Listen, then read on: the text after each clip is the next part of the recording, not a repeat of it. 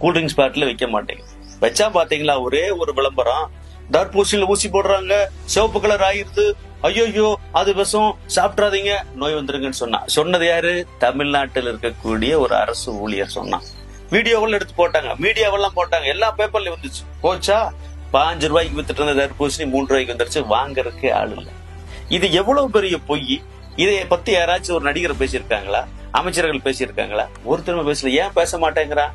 ஏற்கனவே நம்ம நாட்டுல என்ன நடந்துட்டு இருக்குன்னா, சத்தான தண்ணியை குடிச்சிட்டு இருந்த நம்மள பாட்டல் தண்ணி தான் பாதுகாப்பானதுன்னு சொல்லி குடிக்க வச்சு நம்மள பூரா இன்னைக்கு எலும்பு சிதைவு நோய்க்கு ஆளாக்கிட்டானு. 2வது, சத்தான நிலக்கடலை, அதாங்க நம்ம மல்லாட்டை, இதை சாப்பிட்டு இருந்த நம்மள ஐயோ அதை சாப்பிட்டு ஹார்ட் அட்டாக் வந்து டாக்டர் வரேன்னு சொன்னான். உடனே நம்ம வெளிநாட்டு பாமாயிலுக்கு வந்துட்டு இப்ப பாமாயிலுக்கு எதிராக நம்ம வாழ்க்கையில போராடிட்டு இருக்கிறோம்.